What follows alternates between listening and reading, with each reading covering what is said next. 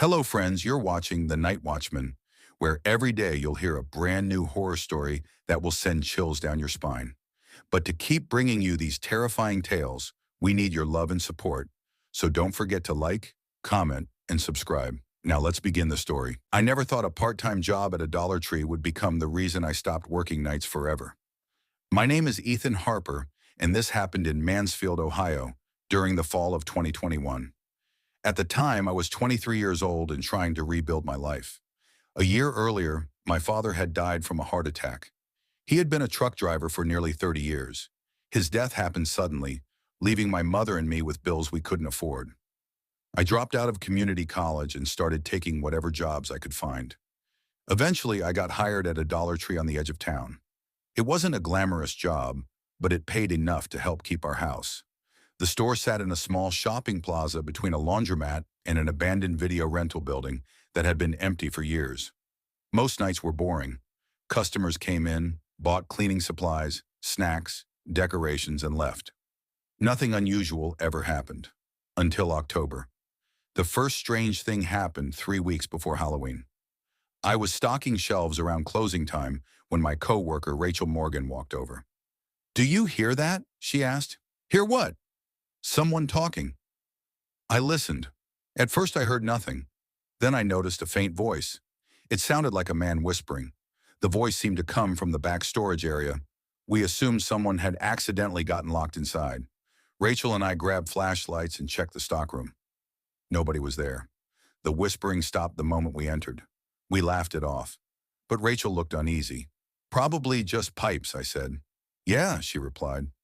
Yet she didn't sound convinced. The following week, another odd thing happened. A customer approached my register. He was an elderly man wearing a gray jacket. I greeted him. No response. He placed a bottle of bleach and a pack of batteries on the counter. I scanned them. "That'll be $3.14. Still nothing. He slowly handed me cash. When I looked up to give his change back, he was staring directly behind me. Not at me. Behind me. His face looked terrified. I turned around. Nothing was there. When I looked back, he leaned forward. In a shaky voice, he whispered, "He's standing beside you." A chill ran through me. "What?" But the man grabbed his bags and hurried out. I watched him leave. That should have been the end of it. Instead, it was only the beginning. A few days later, Rachel didn't show up for work. The manager called her several times. No answer. The next morning, we learned police had found her car parked outside her apartment. Her phone, purse, and keys were inside. Rachel herself was missing. The news spread quickly. Everyone assumed she'd run away. But I knew Rachel. She would never disappear without telling anyone, especially her younger sister. The entire situation felt wrong. Still, life moved on. The store remained open. People kept shopping, and I kept working. 2 weeks later, I was assigned a closing shift with another employee named Marcus Reed. Business was slow that night. A heavy rainstorm covered the town. By 9:45 p.m., the store was almost empty. Marcus was mopping near the entrance while I counted register drawers. At exactly 9:53 p.m., the automatic doors opened. A man walked inside. I immediately noticed something strange. He was soaking wet despite the fact he carried no umbrella. Water dripped from his clothes onto the floor.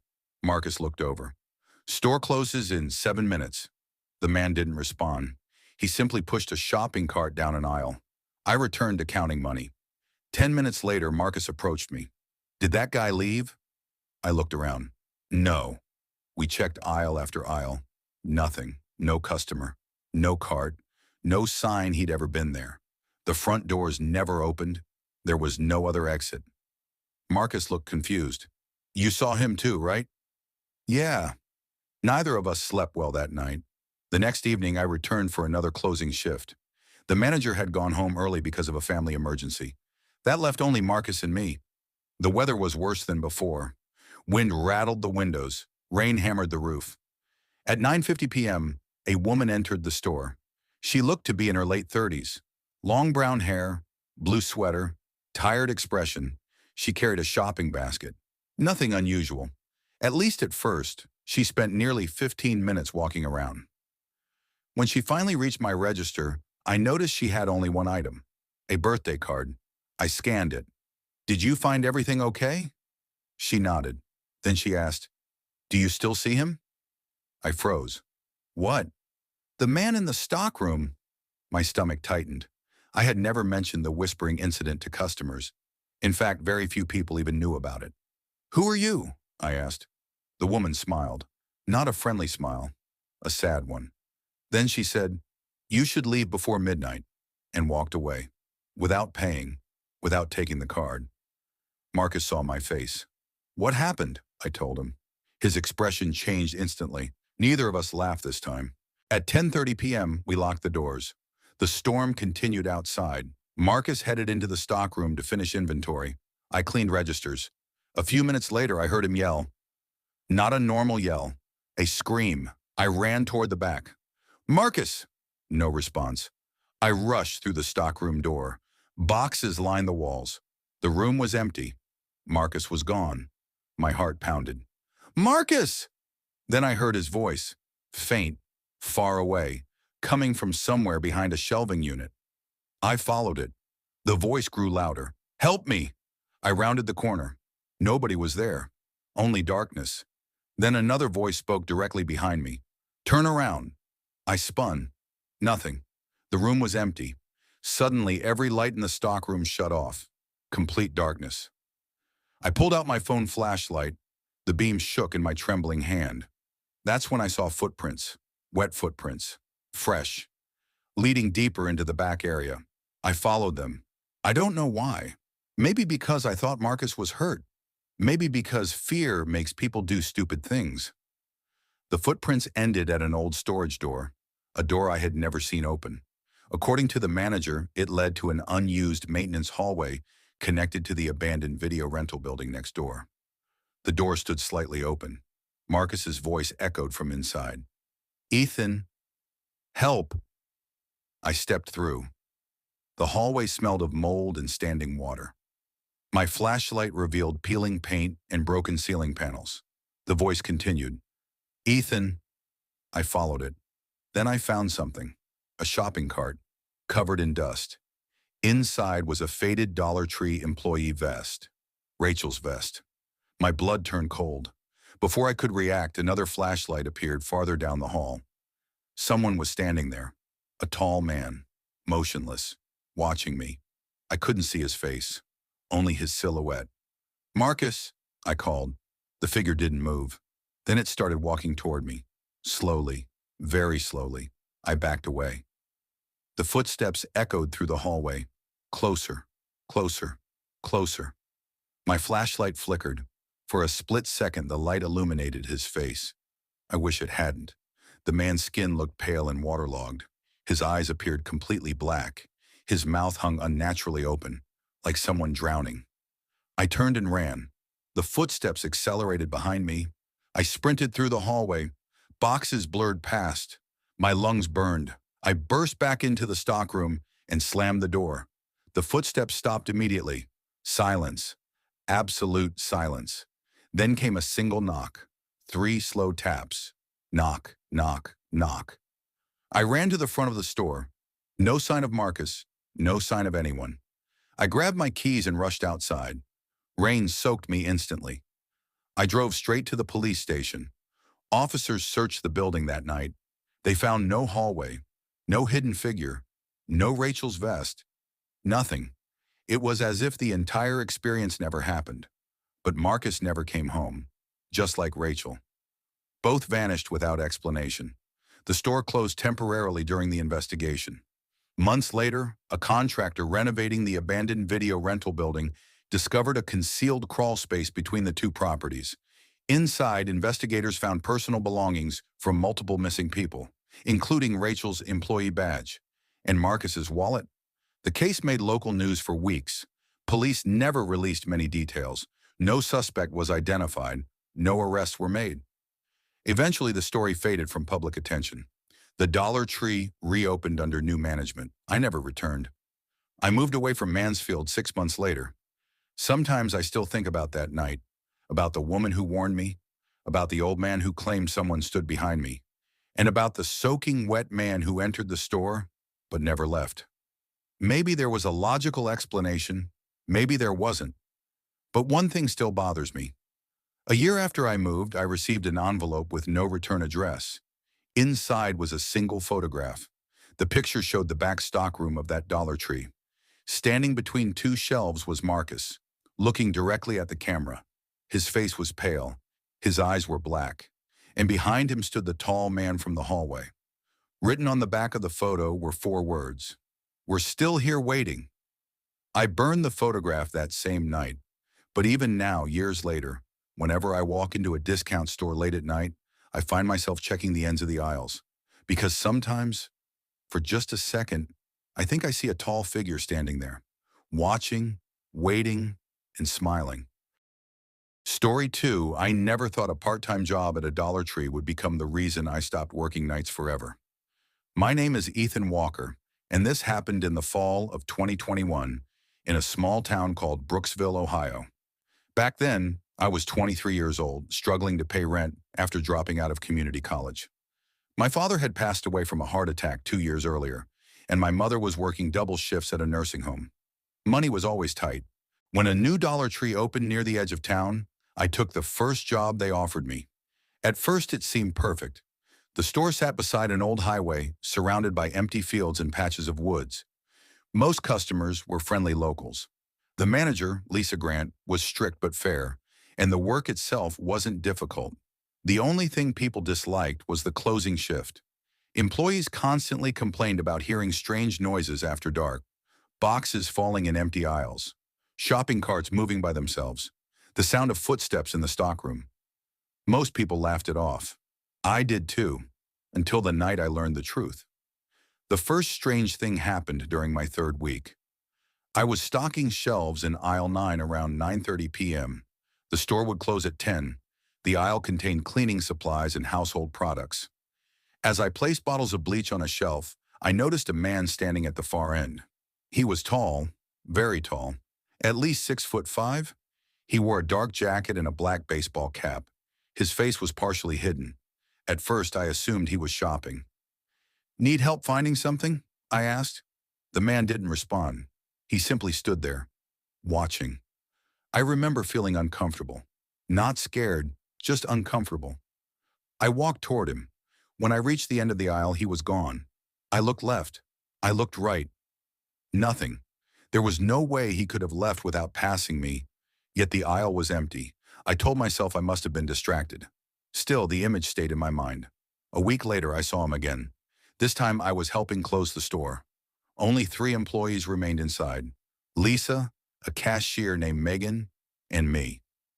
At 9:55 p.m., Megan announced over the radio that a customer was still shopping. Lisa sighed. "Go tell him we're closing." I headed toward the back of the store. The customer stood in aisle 9. The same man, the same jacket, the same cap, the same motionless posture. A chill crawled through me. I walked closer. "Sir, we're closing in 5 minutes." No response. "Sir?" The man slowly turned his head. I finally saw part of his face. His skin looked unusually pale, almost gray. His eyes appeared dark. Not brown, not black, just dark, like shadows. Then he smiled. It wasn't a normal smile. It stretched too wide, far wider than it should have. Every instinct in my body screamed that something wasn't right. I blinked, and he was gone. Again. Completely gone. I immediately searched nearby aisles. Nothing. No customer. No exit alarm. No sound. Just silence. When I told Lisa, she looked irritated. "Not this again." "What do you mean?" She hesitated. Then she said something that made my stomach tighten.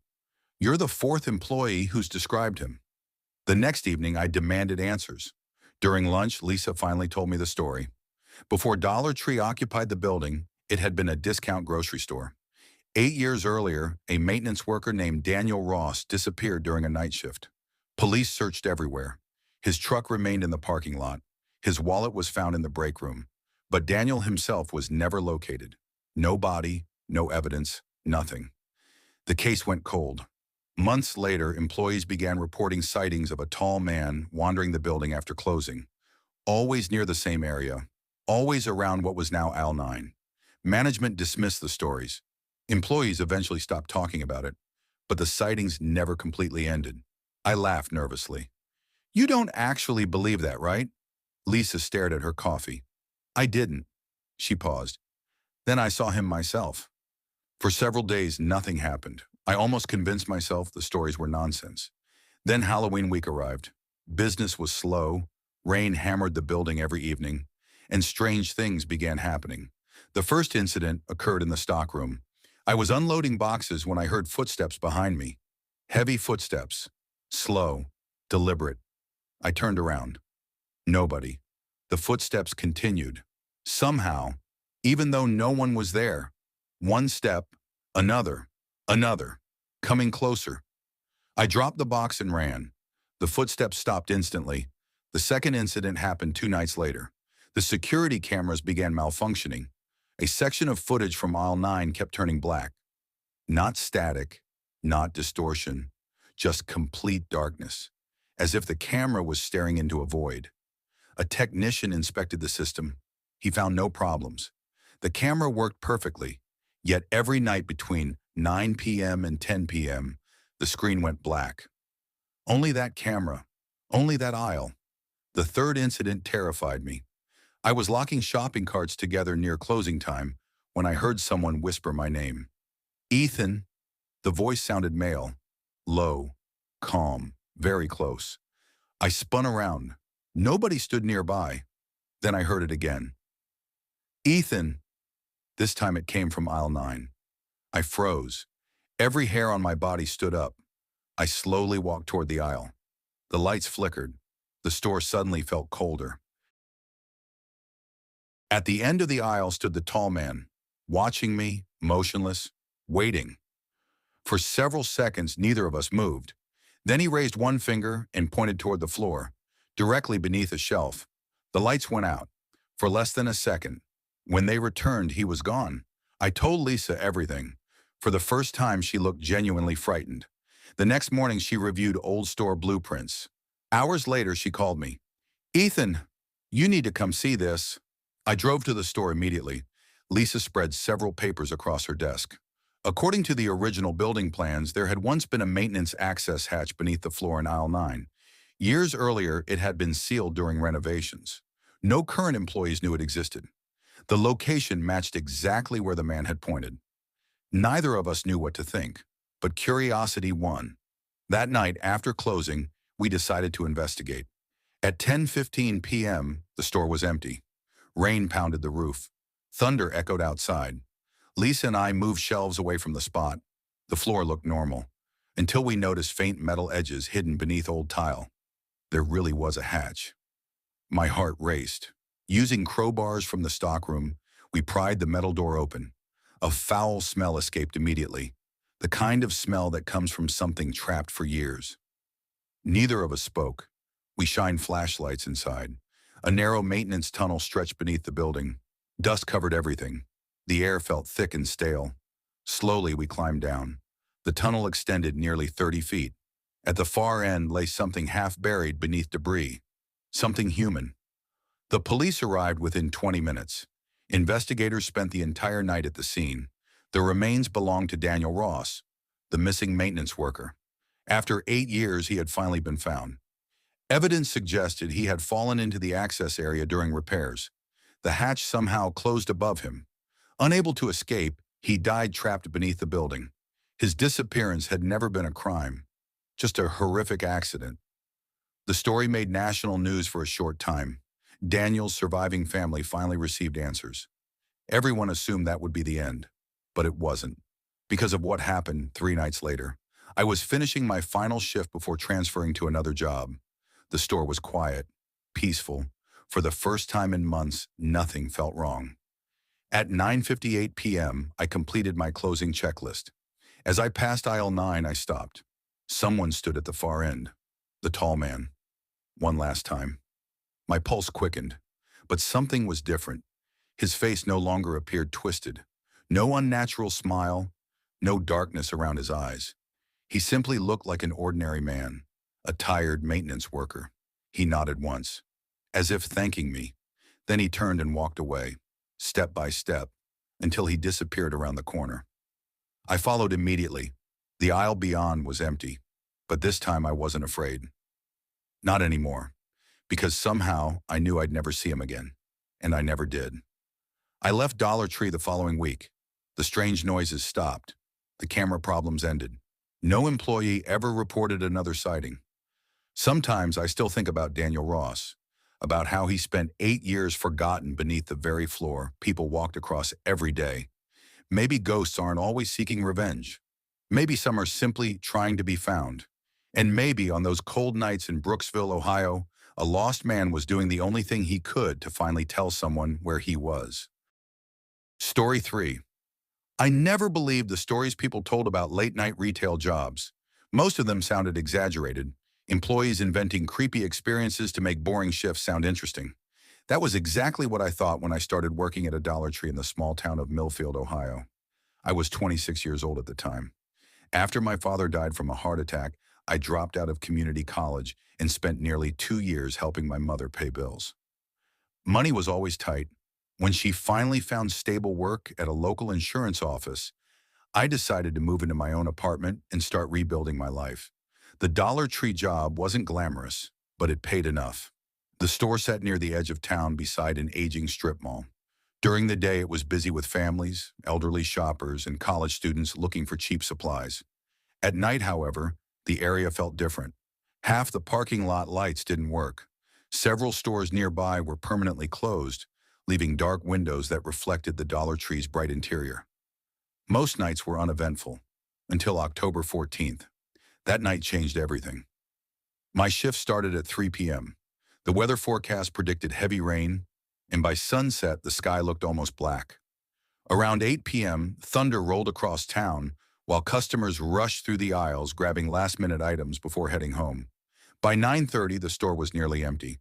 Only 3 employees remained. Me, my manager, Melissa Carter, and a stock associate named Brandon Hayes. At 9:45, Brandon finished unloading inventory and clocked out. "See you tomorrow," he said. Melissa nodded. "Drive safe." A few minutes later, he disappeared into the rain. The automatic doors closed behind him. I remember watching the parking lot through the front windows.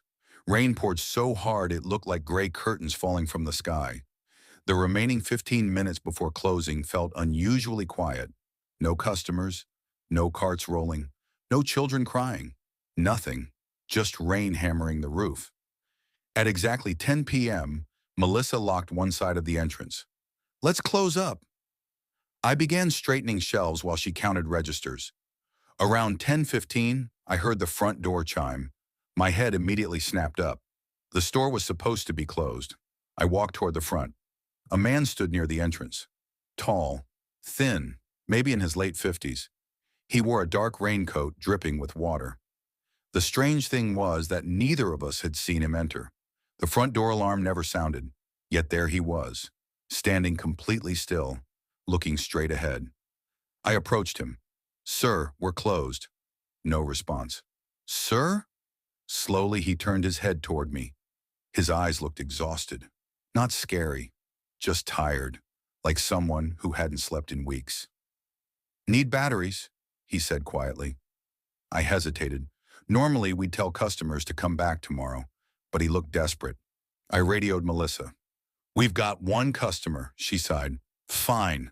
Let him grab what he needs." The man nodded and walked toward the back of the store. I returned to organizing shelves. 10 minutes passed, then 15, then 20. The man never came back. Finally, Melissa appeared. "Where's your customer?" I pointed toward the rear aisles. "He went back there." She frowned. "Still?" Together we headed toward aisle 12. No one. We checked aisle 13. Nothing. The toy section, empty. Seasonal decorations, empty. Every aisle, nothing. The man had vanished. Melissa looked annoyed. "Maybe he left. Without passing the registers?" She didn't answer, because both of us knew that was impossible. The only exit was at the front. Neither of us had seen him leave. A cold feeling settled into my stomach. We searched again. Nothing. Eventually, Melissa shrugged. "Maybe we're tired." I tried convincing myself she was right. By 10:45, we finished closing procedures. Melissa left through the employee exit. Lock up when you're done. Got it. I was responsible for one final task, taking trash to the dumpster behind the building. The rain had weakened into a drizzle. I grabbed the trash bags and stepped outside. The rear parking area was almost completely dark. Only a single security light worked. As I walked toward the dumpster, I noticed something strange. Footprints, fresh footprints, leading across the wet pavement. I stopped. The prints came from the direction of the woods behind the property. They continued straight to the back door of Dollar Tree. But there was only one set. No footprints leading away, only toward the building. I stared at them for several seconds. Then a loud metallic crash echoed from inside the store. I nearly dropped the trash bags. Something had fallen, or someone had knocked something over. My heart immediately started racing. Melissa had already left. I was supposed to be alone. I hurried back inside. The store was silent, too silent. The fluorescent lights buzzed overhead. Everything looked normal. Until I reached aisle 14. A display of glass vases lay shattered across the floor. Thousands of pieces, as if someone had thrown the entire shelf over. I grabbed my radio. Melissa? No response. Of course, she was gone. Then I heard movement. A shopping cart wheel squeaking. Somewhere near the back. Squeak. Pause. Squeak. Pause. The sound echoed through the empty store. I slowly moved toward it. My pulse pounded in my ears. The squeaking stopped. I rounded the corner. Nothing. No cart. No customer. No person. Just empty aisles stretching beneath bright lights. Then I noticed something. A single package of AA batteries sat on the floor. Exactly the item the old man wanted. I picked it up. The package was soaked. Water dripped from it, as though someone had carried it through heavy rain moments earlier. I suddenly remembered the footprints, the man, the disappearing customer. Every instinct told me to leave, immediately. I rushed toward the front. That's when I saw him, standing at the end of aisle 6, perfectly still, watching me, the old man. My entire body froze. I blinked. He was gone. Not walking away, not turning a corner. Gone. I ran. I didn't care how ridiculous it looked. I sprinted to the registers, grabbed my keys, locked the building, and drove home. I barely slept. The next morning I returned for my shift. Melissa was waiting. She looked concerned. You okay? I told her everything. The footprints, the batteries, the figure. She listened quietly. Then she sighed. Come with me. She led me into the manager's office. Inside was a thick binder containing old incident reports. She flipped through several pages. Finally, she stopped. The report was dated October 14th, exactly 10 years earlier. Same day, same date, different year. What is this? I asked. Melissa looked uneasy. A robbery. According to the report, a man named Thomas Reed had entered the store minutes before closing. He only wanted batteries. While shopping, he interrupted 2 armed robbers attempting to steal cash from the office. One robber panicked. Thomas was attacked. The criminals fled before police arrived. Thomas died later at the hospital. I stared at the report, then at Melissa. The photograph attached to the file made my blood run cold. It was the same man, the customer I'd seen, the exhausted eyes, the raincoat, everything. Melissa folded her arms. I've worked here 12 years. I swallowed. What are you saying? She looked toward the sales floor. Every October 14th, someone reports seeing him. A chill crawled up my spine. You're serious? She nodded. Customers, employees, security guards. Neither of us spoke for several moments. Then she added something that disturbed me even more. Everyone says the same thing. What? He always asked for batteries. For weeks afterward, I considered quitting. But life moved on. Nothing unusual happened. Months passed. Winter arrived. Eventually, I convinced myself the experience had been stress, maybe exhaustion, maybe imagination. Then one evening in January, a police officer entered the store. He bought a few household items and casually mentioned something strange.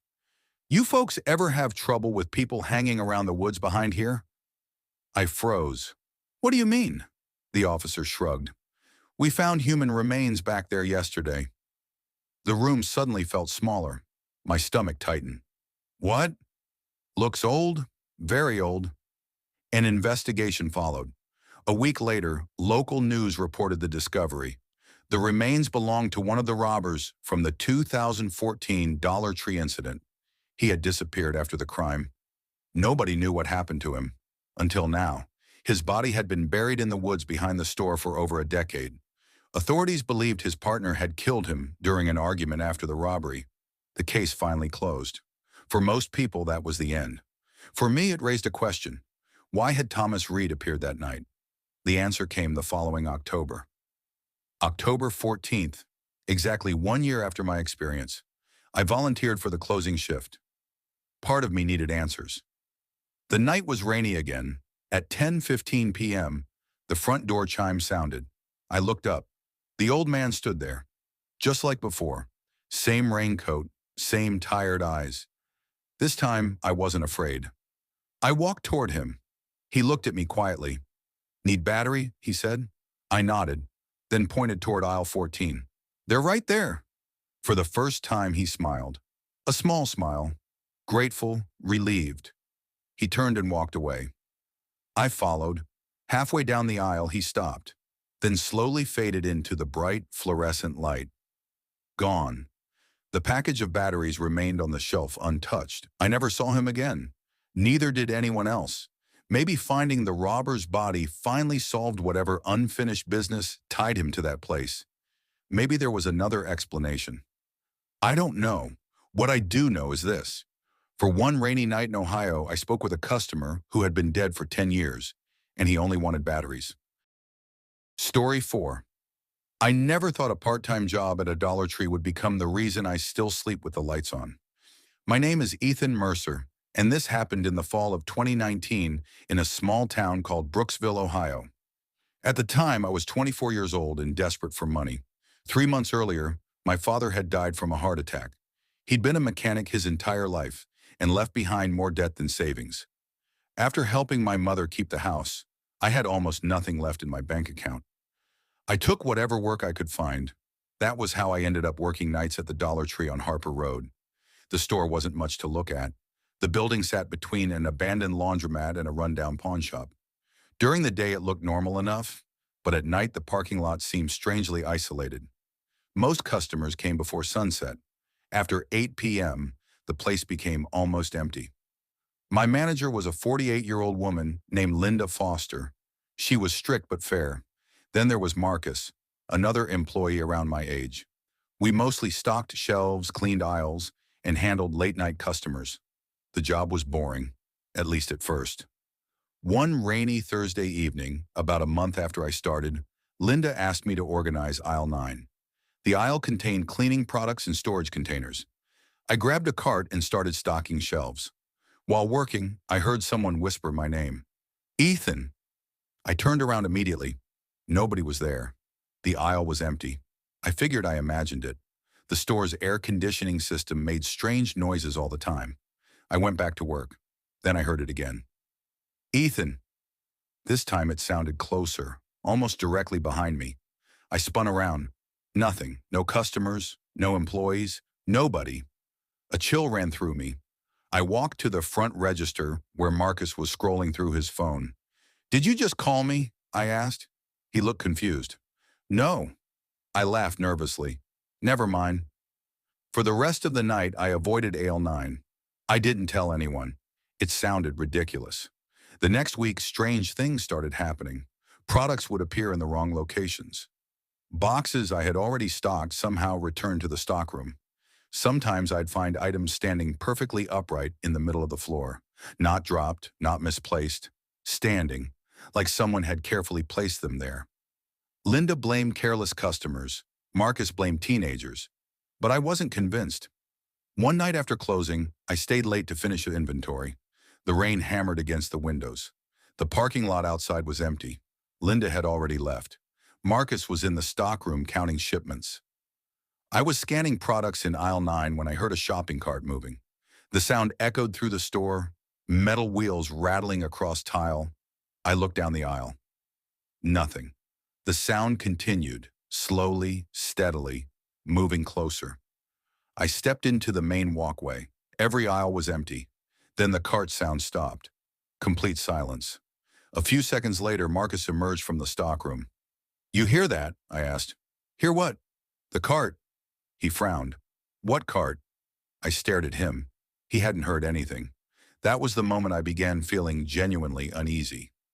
A few days later, Linda told me something odd. A security company had called. Apparently, motion detectors inside the store were activating after midnight. Every night. The alarm system never fully triggered. Just random motion alerts. The company assumed an animal had gotten inside, but no animal was ever found. Linda rolled her eyes while telling us, "Probably faulty sensors." Marcus agreed. I didn't, because by then, I had started noticing something else. Whenever I worked near aisle 9, I felt watched. Not occasionally, constantly, like someone was standing inches behind me, breathing, waiting. One Saturday evening, a customer approached me, an elderly woman wearing a blue raincoat. She looked nervous. "Excuse me," she said quietly, "has that man been bothering you?" I looked around. "What man?" She pointed toward aisle 9. "The tall one." Nobody was there. When I looked back at her, her face had gone pale. "I thought he worked here." Then she left without buying anything. I watched her hurry across the parking lot. That conversation stayed in my head for days. A week later, I finally decided to check the security footage. The opportunity came when Linda stepped out for lunch. The office computer stored recordings from every camera. I pulled up footage from the previous Saturday. At first, everything looked normal. Then I found the moment the elderly woman had entered the store. My stomach tightened. She wasn't imagining things. There was someone behind me, a tall man, standing at the end of aisle 9, watching. The camera quality wasn't great, but he appeared unusually thin, almost skeletal. He wore dark clothing. I fast-forwarded. The man never moved. He simply stood there, watching me. Then something impossible happened. The image flickered for less than a second. When the picture returned, the man was gone. Not walking away, gone, like he had never existed. I replayed the footage 5 times. The same result every time. I felt sick. That night I showed Marcus. He laughed at first. Then his smile disappeared. "That's weird." "Weird," I said. "You think?" He stared at the screen. "Maybe it's a glitch." But neither of us believed that. The next morning, Linda became furious when she discovered we'd accessed the cameras. She ordered us back to work. End of discussion. Still, curiosity got the better of me. I started researching the property. What I found changed everything. Years before the Dollar Tree existed, another building stood there, a discount supermarket called Carter's Market. In 1997, a 29-year-old employee named Daniel Hargrove vanished during a night shift. Police investigated. No signs of struggle, no witnesses, no suspects. Daniel simply disappeared. The case remained unsolved. What caught my attention was where he had last been seen. The cleaning supplies section, exactly where aisle 9 now stood. I printed the article. My hands shook reading it. That evening I showed Marcus. For the first time, he looked genuinely scared. That's probably coincidence. Maybe. But neither of us sounded convinced. A few nights later, the store experienced a power outage. Only our building lost electricity. The surrounding businesses remained lit. Emergency lights activated, filling the store with dim red illumination. The atmosphere felt wrong immediately. Too quiet. Too dark. Linda called maintenance. Marcus and I waited near the registers. Then we heard a voice, a man's voice, from deep inside the store. "Help me!" The 3 of us froze. Linda looked at us. "You heard that?" We nodded. The voice came again. "We're closed!" Linda shouted nervously. No response. A minute later, another whisper drifted through the darkness. "Help me!" This time it sounded desperate, like someone trapped somewhere. Marcus grabbed a flashlight. Against Linda's orders, we followed the sound. Past aisle 3, past aisle 5, past aisle 7, straight to aisle 9. The voice stopped. The aisle was empty, but something sat in the center of the floor, a single employee name tag, covered in dust. Marcus picked it up. My blood turned cold. The tag read, "Daniel, the missing employee, the one who vanished in 1997. Neither of us slept that night. The next day, Linda contacted local police. An officer came by. He took the name tag, promised to investigate. A week passed, then two. Nothing happened. Life slowly returned to normal, or so I thought. One night near closing time, I was alone in the stockroom. Marcus was helping customers. Linda had gone home sick. I heard footsteps, slow footsteps, moving between shelves. I assumed it was Marcus. "Need help?" I called. No answer. The footsteps continued. I followed the sound. The stockroom was huge and cluttered. Towering stacks of boxes created narrow pathways. The footsteps stopped around a corner. I turned and saw him, the tall man from the footage, standing 20 feet away, motionless. His skin looked pale gray. His eyes seemed hollow. His face carried an expression of endless exhaustion. For several seconds, neither of us moved. Then he lifted one trembling hand and pointed toward a section of wall and disappeared. Not ran, not walked. Disappeared. I stumbled backward. My heart pounded so hard it hurt. Marcus found me minutes later sitting on the floor. I told him everything. For once, he didn't doubt me, because he had seen something too. While helping a customer, he'd spotted a man standing near aisle 9. The same description, the same dark clothes, the same hollow face. The next morning, police returned. This time, they searched the stockroom wall I'd described. Behind old shelving units, they discovered a sealed maintenance access panel nobody knew existed. Workers removed it. What they found shocked everyone. Inside was a narrow crawl space. At the far end lay human remains. Dental records confirmed the identity. Daniel Hargrove, missing for 22 years. Investigators believed he had fallen into the maintenance area while repairing the electrical equipment. A structural collapse trapped him inside. His calls for help were never heard. The opening had later been covered during renovations. Nobody realized he was there. The discovery made national news for a few days. The family finally received answers. A funeral was held, and then something remarkable happened. The strange events stopped. No whispers, no moving carts, no unexplained figures, no motion detector alerts, nothing. It was as though whatever had lingered inside that building had finally found peace. I worked at that Dollar Tree for another year. The store never experienced another incident. Eventually, I moved away and started a new career. Most people think the story is just an urban legend, a coincidence, a misunderstanding. Maybe they're right.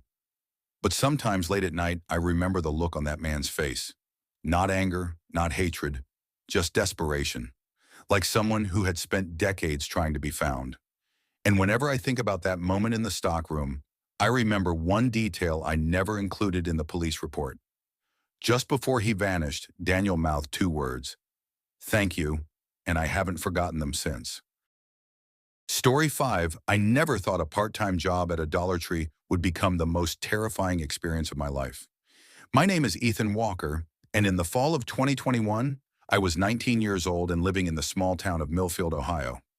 My father had passed away from a heart attack 2 years earlier, leaving my mother and me struggling to keep up with bills. College wasn't an option at the time, so I took whatever work I could find. That's how I ended up working the evening shift at a Dollar Tree on the edge of town. The store sat beside an old shopping plaza that had seen better days. Half the businesses were closed. A cracked parking lot stretched across the property, and at night only a few flickering lights illuminated the area. Most people hated closing shifts.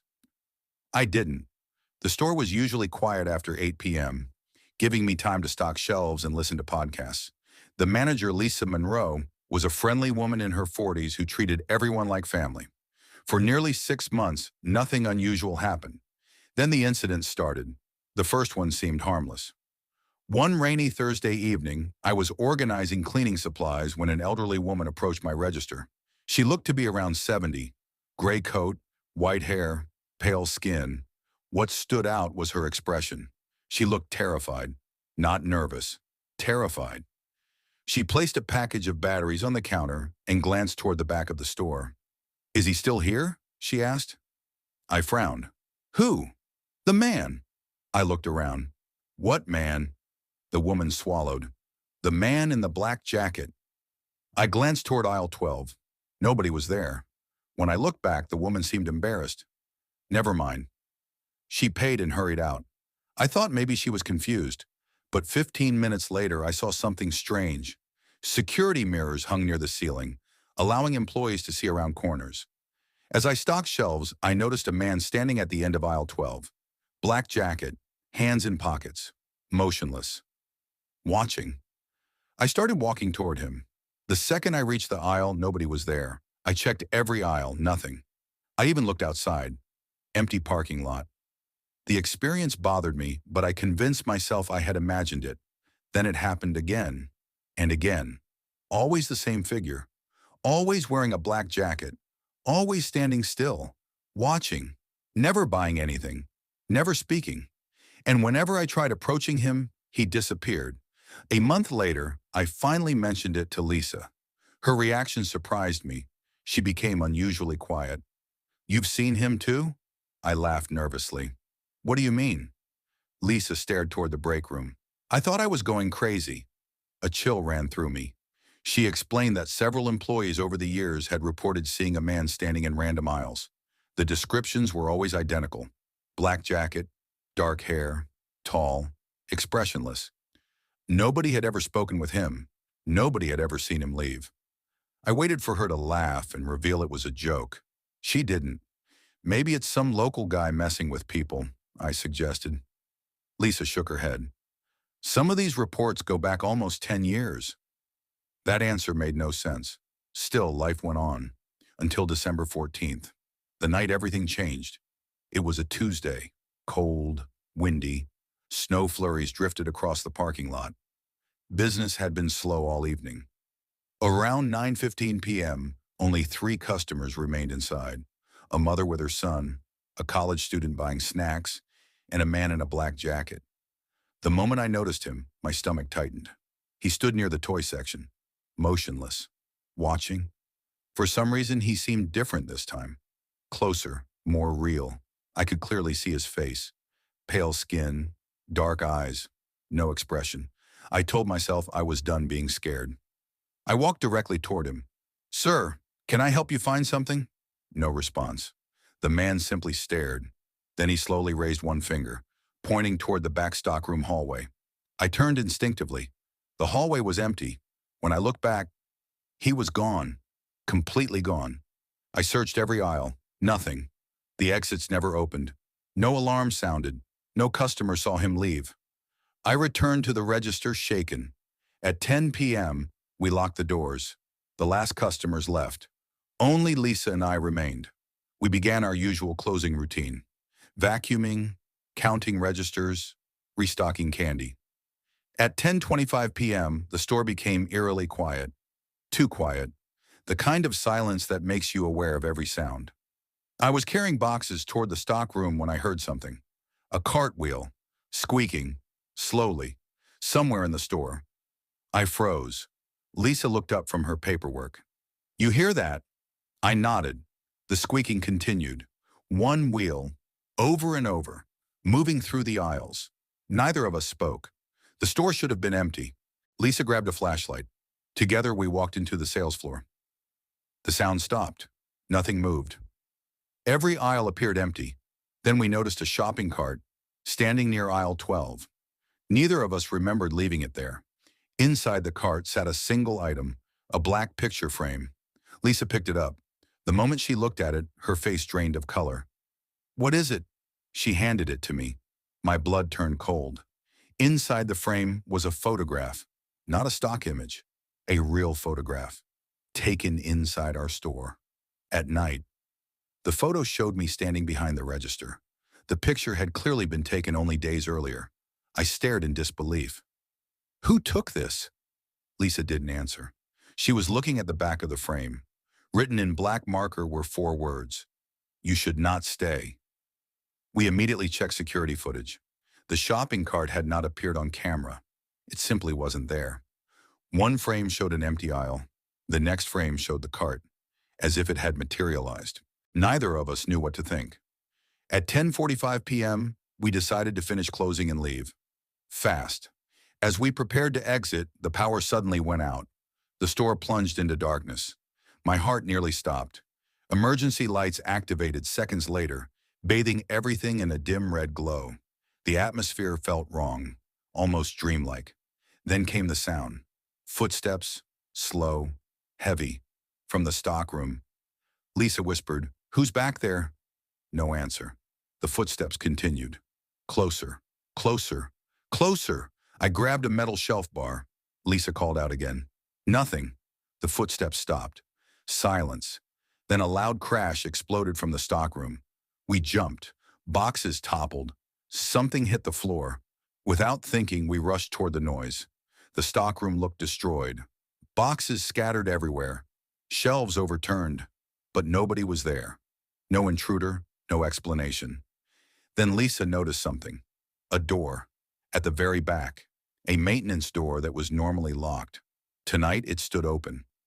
I had worked there for months and never seen it unlocked. Cold air drifted through the opening. Beyond it was a narrow concrete staircase leading downward. Lisa frowned. I didn't even know this existed. Neither did I. Curiosity overcame fear. We descended carefully. The stairs led beneath the building. At the bottom sat a small basement room. Dust covered everything. The place looked abandoned for decades. Old filing cabinets lined the walls. Broken furniture filled the corners. Then my flashlight landed on a newspaper clipping. I picked it up.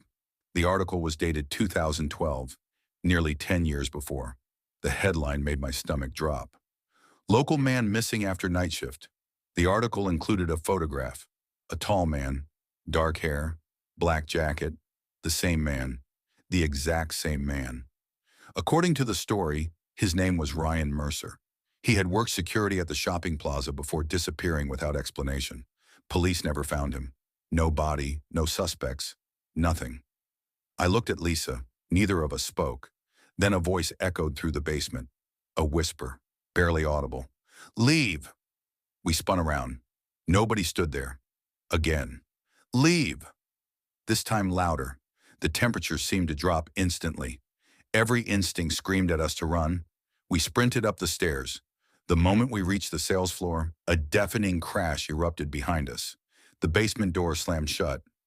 Hard. The entire building shook. We didn't stop running. We grabbed our belongings and rushed outside.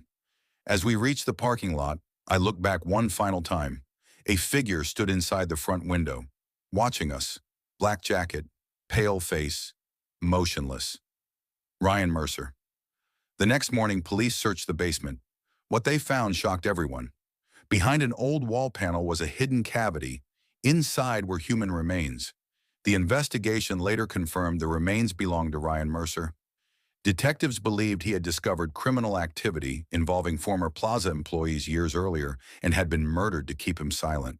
His body had remained hidden beneath the building for nearly a decade.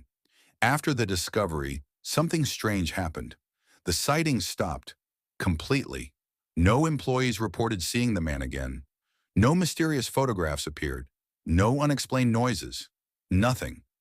It was as if whatever had been trapped there had finally found peace.